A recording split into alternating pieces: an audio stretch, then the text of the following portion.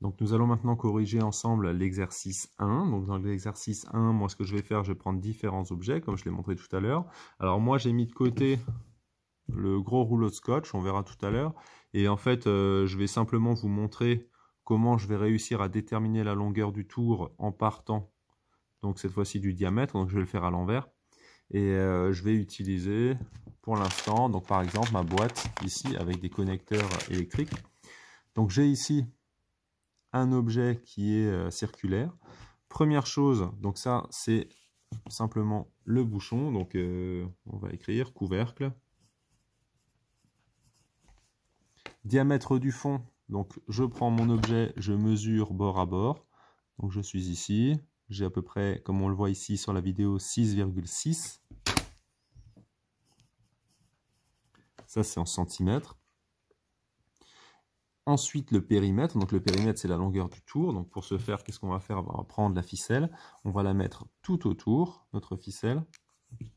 Et ensuite, naturellement, on va regarder ce qu'on obtient. Donc moi je vais faire le tour consciencieusement. Je repère le point où le bout de la ficelle vient toucher le début de la ficelle.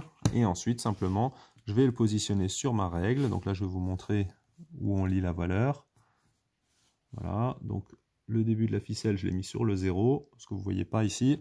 Mais on arrive à une longueur d'à peu près 21, 21,1. Donc ça, c'est une valeur approximative. Donc ça, le périmètre, lui, il est en centimètres, puisque ma ficelle, elle est en centimètres. Par combien faut-il multiplier le diamètre du fond pour obtenir le périmètre du cercle? Je vais prendre le 21,1 et je vais diviser par 6,6. Comme ça, je sais 6,6 fois combien égale 21,1. Donc 21,1 divisé par 6,6, je trouve à peu près 3,19. Donc ça, c'est une valeur approchée. Alors, il faut savoir qu'ici, en réalité, il n'y a pas d'unité, ce n'est pas des centimètres, parce que quand on divise des centimètres par des centimètres, c'est simplement un rapport d'agrandissement-réduction. Donc, ce n'est pas des centimètres. Donc, c'est ce qui me dérangeait aussi dans l'activité 2, c'est qu'à un moment donné, on vous dit de l'exprimer en centimètres, alors que ce n'est pas en centimètres, c'est un coefficient. Donc, maintenant, on va passer à l'objet numéro 2. Objet numéro 2, on a ici le rouleau de scotch. Donc, le rouleau de scotch, on se positionne là. On va faire consciencieusement le tour. On repère bien l'endroit où on s'arrête. Voilà, on positionne sa règle. Alors évidemment, même si vous avez un rouleau de scotch, vous n'avez pas forcément le même que moi, puisque on n'a pas forcément utilisé la même quantité sur le scotch. Moi, je trouve, si je regarde bien, 15,05. J'essaie d'être le plus précis possible. Puisque là j'étais entre 0 mm et 1 mm. Donc je vous rappelle que c'est des valeurs expérimentales. Hein. Je vais mesurer ici le diamètre de mon rouleau de scotch. Donc ici à peu près 4,7.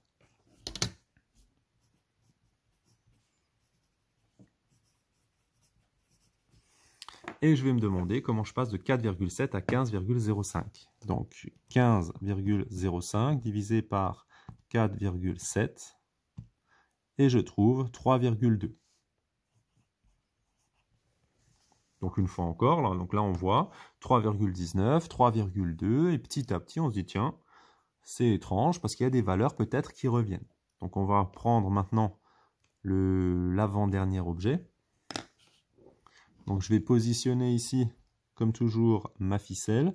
Donc en faisant bien attention ici, donc de me placer et de mettre le départ et la fin bien en face et de le repérer. Voilà, il faut être le plus précis possible. Vraiment, voilà. Une fois qu'on a repéré cette valeur avec sa règle, on va positionner sa ficelle sur la règle. Voilà, donc on arrive. Moi j'ai pareil comme tout à l'heure. Alors 12, là j'ai 12 exactement. Donc diamètre du fond, on ne sait pas. Périmètre 12. On va regarder ensemble le diamètre. Je positionne ma règle. 3,7. Et donc ça, c'est un manchon. Donc un manchon, c'est ce qui permet de mettre deux tuyaux ensemble.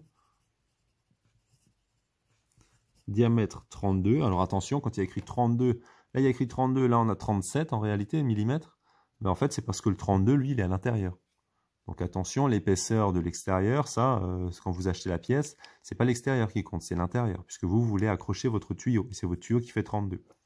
Donc qu'est-ce que je fais ici? Je prends mon 12 et je divise par 3,7. Et là, une fois encore, j'ai 3,24.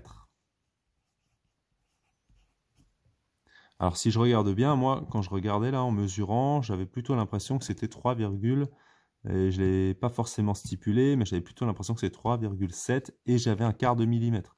Donc je me rapproche un peu plus de la valeur théorique. Ici, en fait, on se rend compte que les trois valeurs ici, bien que j'ai trois objets totalement différents, ben, ces trois valeurs ici, en fait, elles se ressemblent. Et en fait, je vous le dis, cette valeur-là, elle porte un nom. En fait, c'est la valeur pi que vous trouvez à la calculatrice. La valeur pi, moi, sur la calculatrice, je l'ai ici. Quand je mets ici et que j'appuie sur Entrée, il m'écrit pi comme ça. Si je veux une valeur approchée, il faut que j'appuie sur ce bouton. Donc j'appuie ici et on me donne 3,14. Donc ça, c'est la valeur approchée de pi. Pi, en réalité, il y a un nombre infini de décimales après la virgule. Donc ici, on se rend compte qu'à plus ou moins 1 mm, on est toujours proche de 3,14. Donc ça, c'est proche de pi, lui aussi, et lui aussi.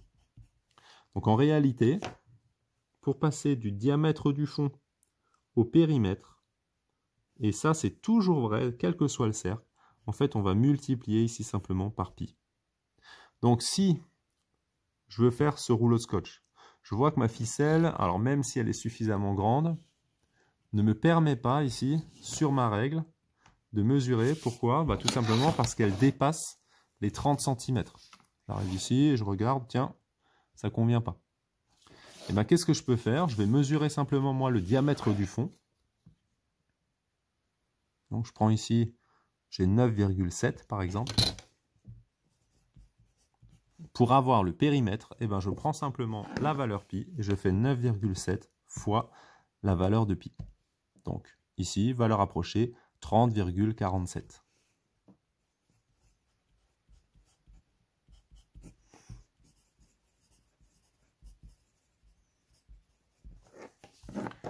Donc pour répondre aux questions suivantes, à partir du tableau précédent, proposez une formule pour calculer le périmètre d'un cercle connaissant son diamètre. Donc le périmètre du cercle, c'est simplement la longueur du diamètre fois la valeur de pi. Alors si vous connaissiez pas pi, évidemment, vous avez diamètre fois, donc ça c'est une valeur approchée, diamètre fois à peu près 3,14. Donc peut-être vous avez 3,1, 3,2, mais en tout cas c'est une valeur expérimentale. La vraie valeur, c'est la valeur de pi.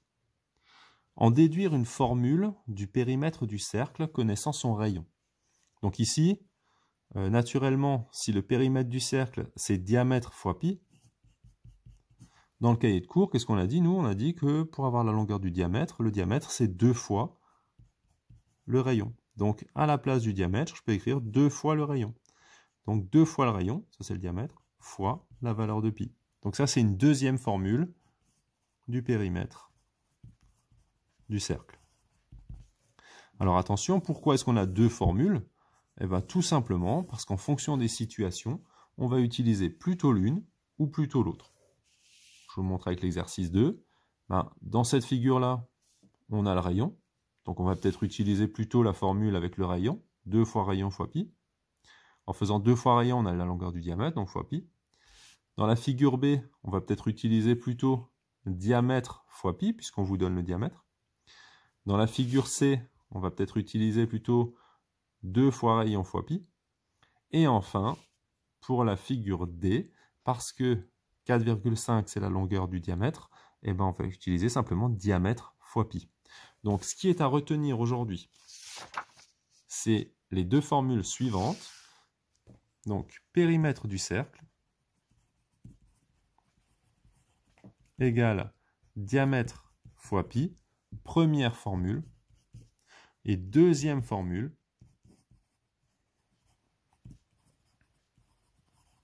là je vais changer un petit peu l'ordre, je vais écrire 2 fois pi fois rayon.